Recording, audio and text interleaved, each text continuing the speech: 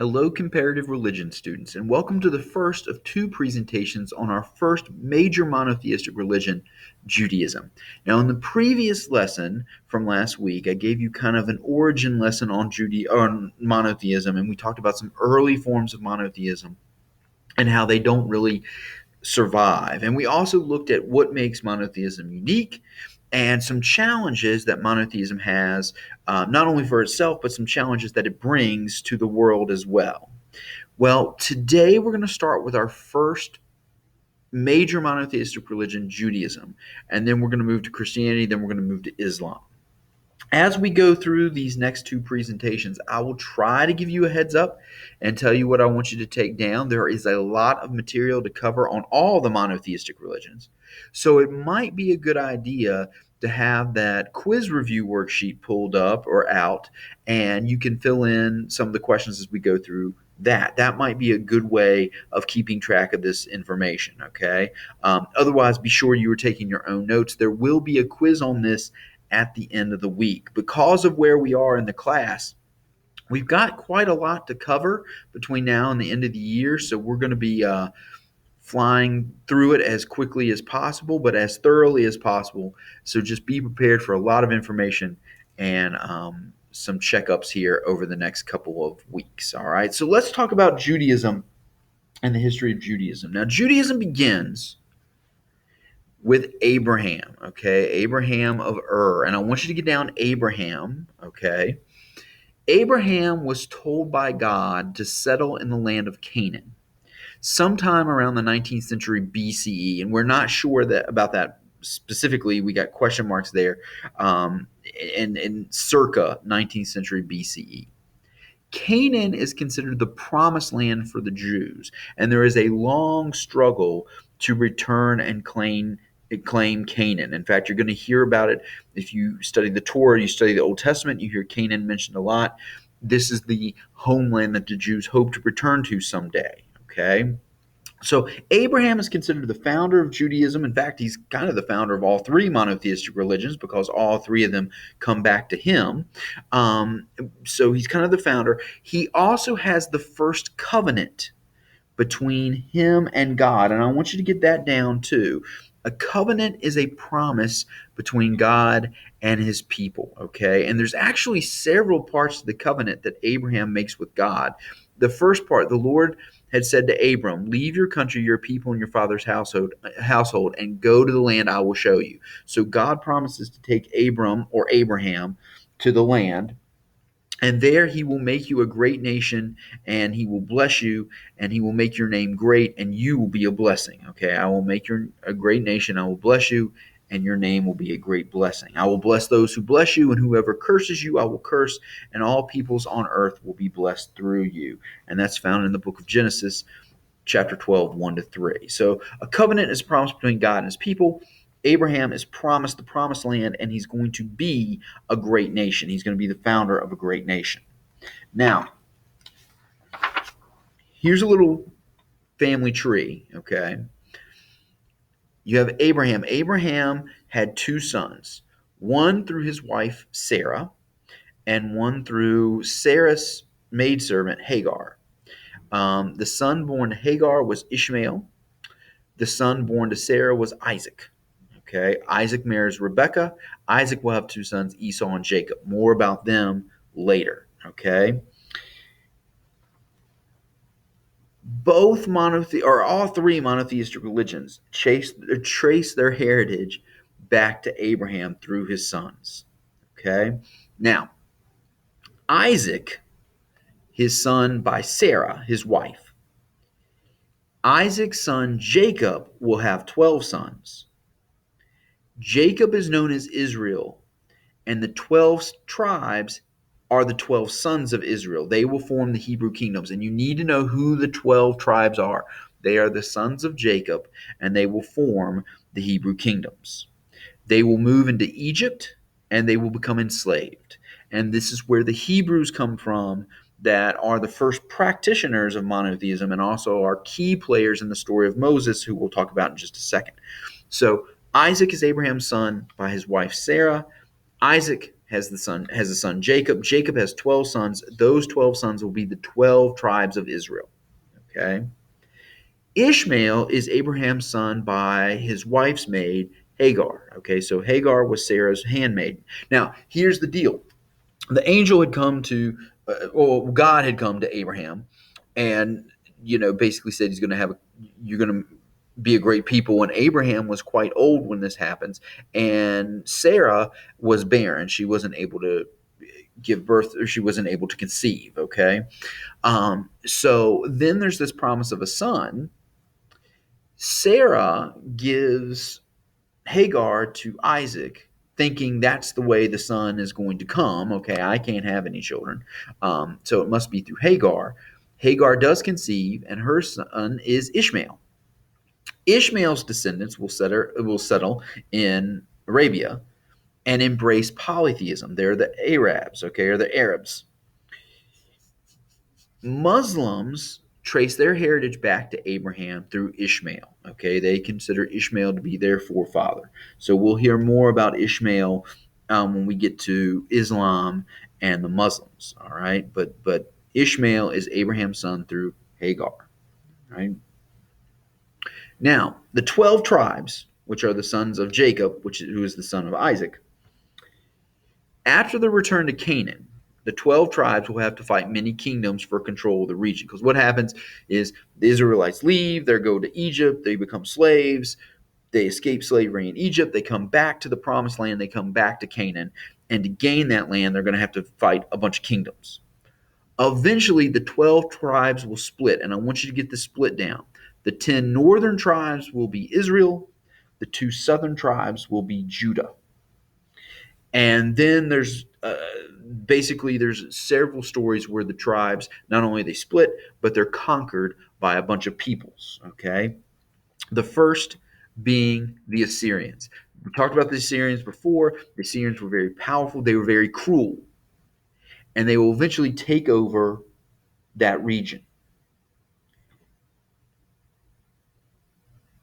The 10 tribes. Okay, so 2 of the tribes are kept.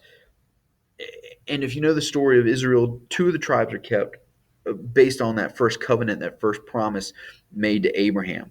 The other 10 tribes are sent into exile, which means they are kicked out of the land. And those are the lost tribes of Israel. And supposedly they wander around. There's even stories that at this time the continents hadn't separated, it was Pangea. There's even talk about some of those tribes making it over to what is now North America and South America. Okay, but these 10 tribes go into exile and they kind of wander. The other 2 tribes of Judah are the ancestors of the Jewish state, and they are kept there in the area as part of this promise that God has made to Abraham years ago. Okay. Now, there are all kinds of heroes within Judaism. Abraham is the first. There are the 3 kings. There's Saul and David and Solomon. There's Noah, okay? In terms of history, okay, after Abraham, the next big person that arrives on the scene is Moses. Moses was born in Egypt around the 13th century BCE. So it says saved from ritual execution. Basically, what happened is the Israelites went to Egypt.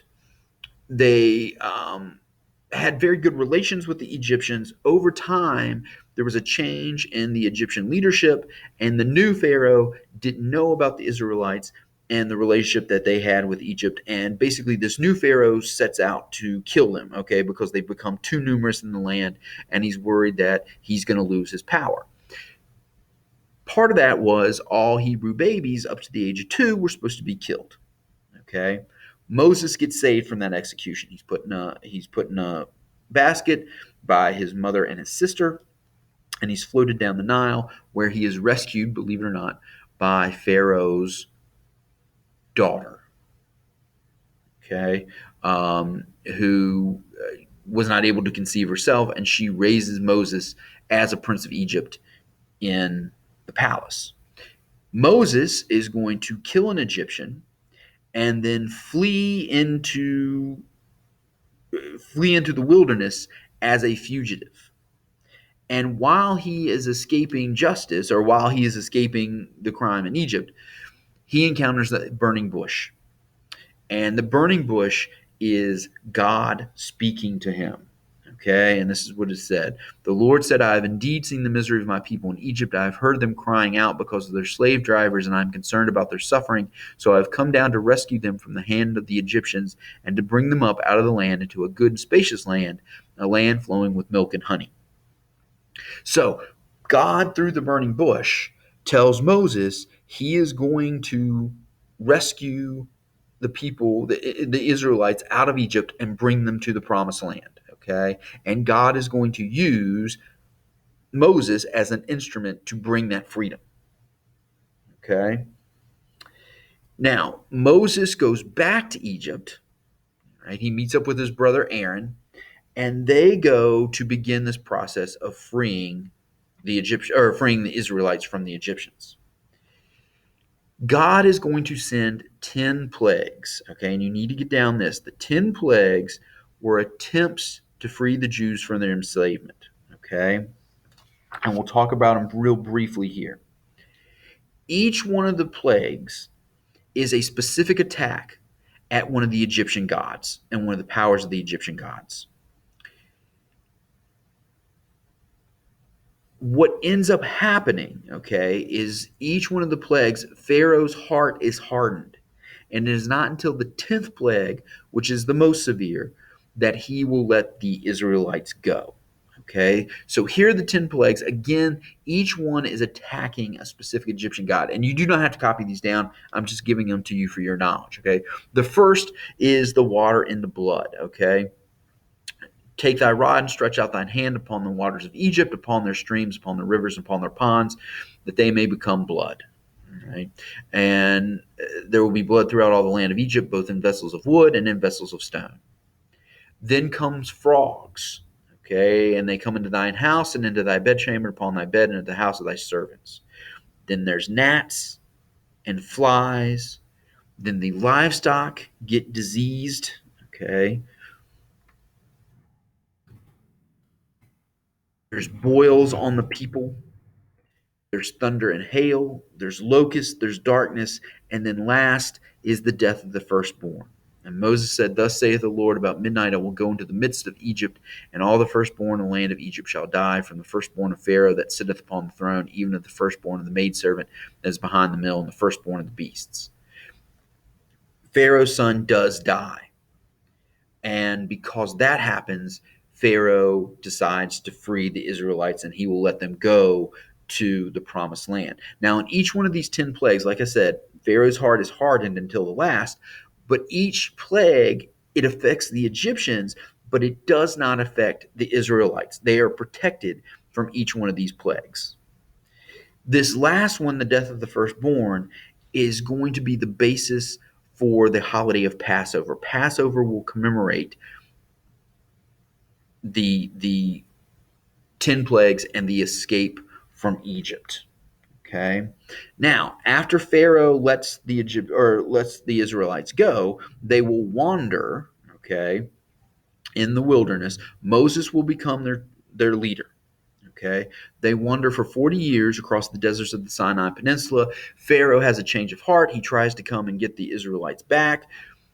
God will help them cross the Red Sea. Okay, he parts the Red Sea, and they cross on land. Then, once everybody's safely across, God brings the water back down, and it crushes the Egyptian army. Okay, everybody except Pharaoh. But then the Israelites sin, and they have to wander for 40 years in the wilderness. During that time, okay, they will prepare the Ark of the Covenant, which will house the Ten Commandments and other important documents. The Ten Commandments are given by God to Moses on Mount Sinai. And then Moses comes down, he finds the people in sin, and he destroys the Ten Commandments, and he has to make another copy. And it's that copy that will be put in the Ark of the Covenant. Also, instructions are given for a tabernacle, which is a temporary house of worship. We don't have a temple just yet. That's going to happen under the kingdom of Solomon, okay? But we begin to see the development of a house of worship for the Israelites, okay? And here is a map of the desert wanderings. Okay, here's Goshen, the land of Egypt. You can see here, down here, crossing the Red Sea. Then there's Mount Sinai. That's where they get the Ten Commandments. Then up here, here's where the wilderness is. They wander around for about 40 years. And then eventually they will make it back to the promised land, which is Egypt. Now, the Ten Commandments, and I want you to get down a couple. I'll be honest with you on the quiz. You're going to have to list a couple, okay? But here are the Ten Commandments. The first four deal with mankind's relationship with God. You will not worship any other gods. You will not make any idols. You will not use the name of the Lord thy God in vain. And you will remember the Sabbath day and keep it holy. So the first four deal with man's relationship with God. The other six deal with man's relationship with man. Honor your father and mother. Do not commit murder. Do not commit adultery. Do not steal. Do not lie. Do not covet. Okay? Now, the Ten Commandments bring a sense of morality to the Israelite people. Okay? In fact, they bring a sense of morality to mankind in general. So, one of the questions is, how does the covenant work in regards to history? And is the Ten Commandments, or are the Ten Commandments, are they relevant now? Okay? And that brings to question, do the Ten Commandments have a place in secular judicial and government systems? It's a total opinion question. I'll be glad to give you my opinion if you want to know. But what is the place of the Ten Commandments now in society? Okay, what's this connection to the historical past? All right. But for your quiz, you just need to list a couple.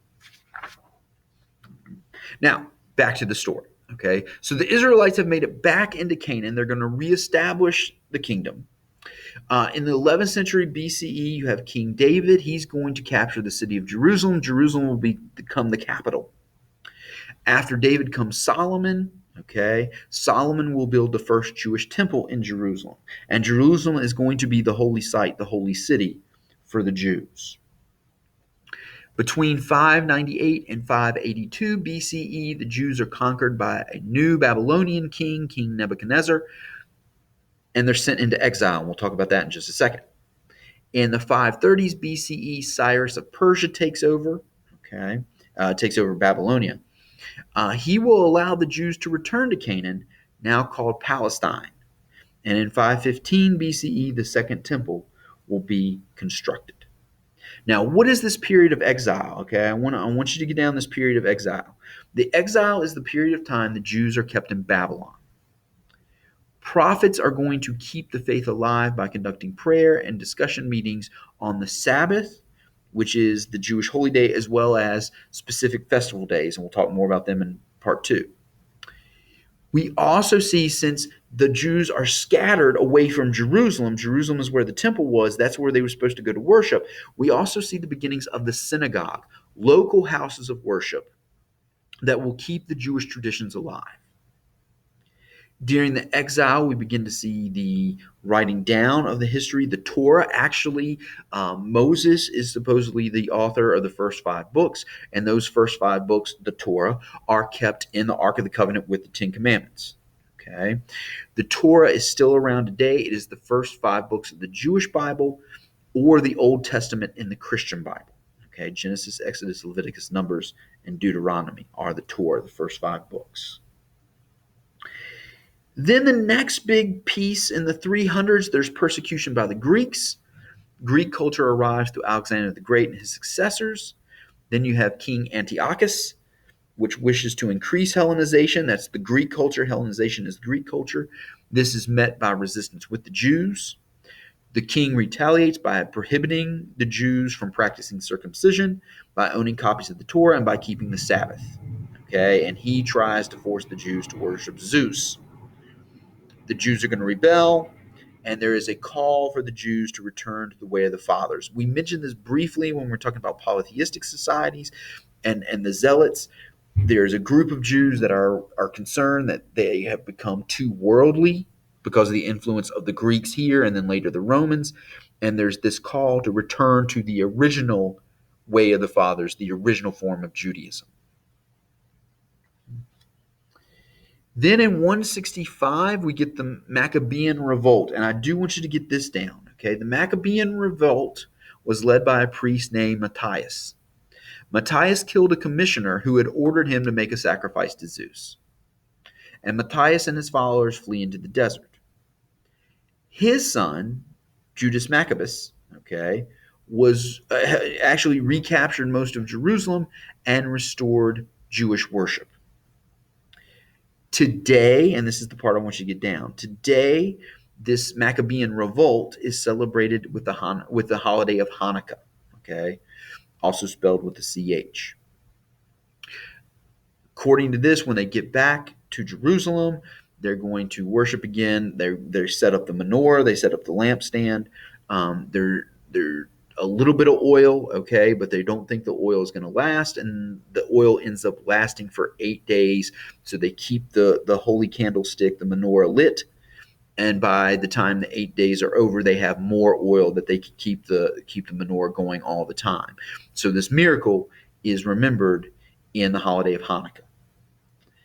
Now, not surprising, disagreements are going to arise between the Jewish leadership, and that's going to lead to a Jewish civil war.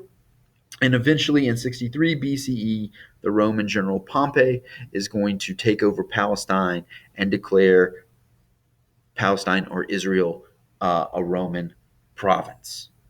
And then we get all kinds of adventures with the Romans. Before Pompey takes over, in 70 BCE, and I want you to get this down. In 70 BCE, we have the incident at Masada. Jewish zealots, remember, they are the ones that want to return to the old style of Judaism. Jewish zealots flee to the desert. Masada was a desert fortress.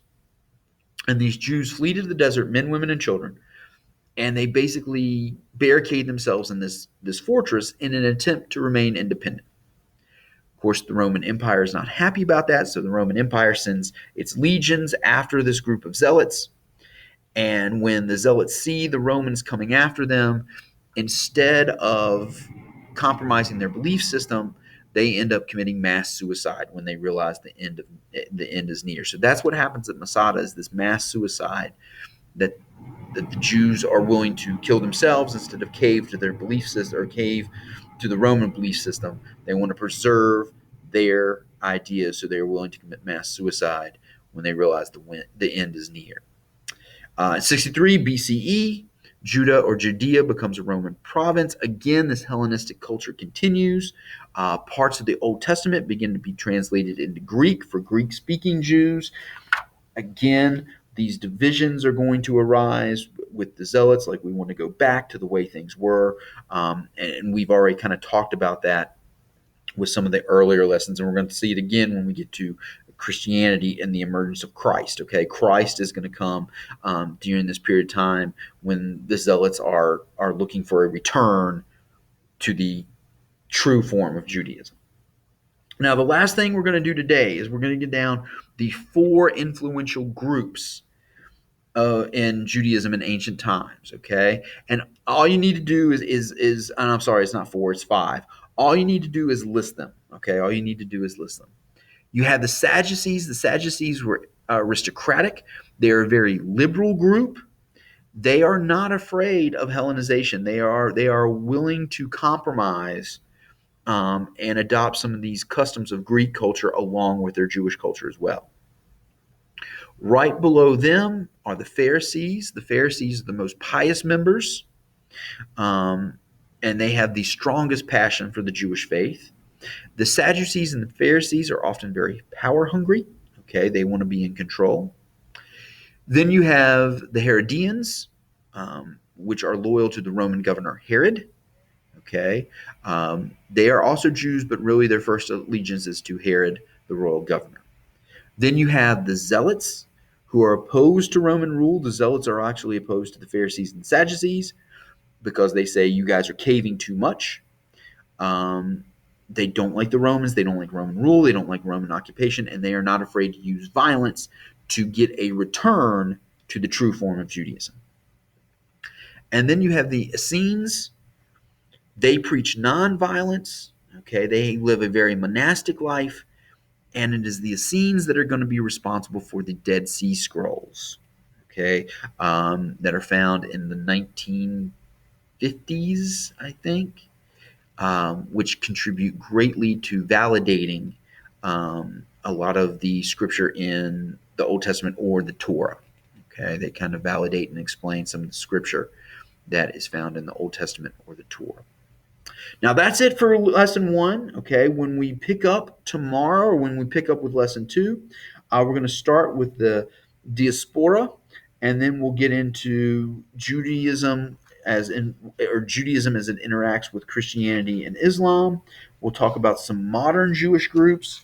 We'll talk about some more specific Jewish teachings, sacred writings, key observances, and high holy days. And I think that'll be it. Okay. So double check, make sure you got the notes down. Okay. Be sure you've answered some of the questions on that test or on the quiz review. And we'll pick up with the rest of Judaism in lesson 2.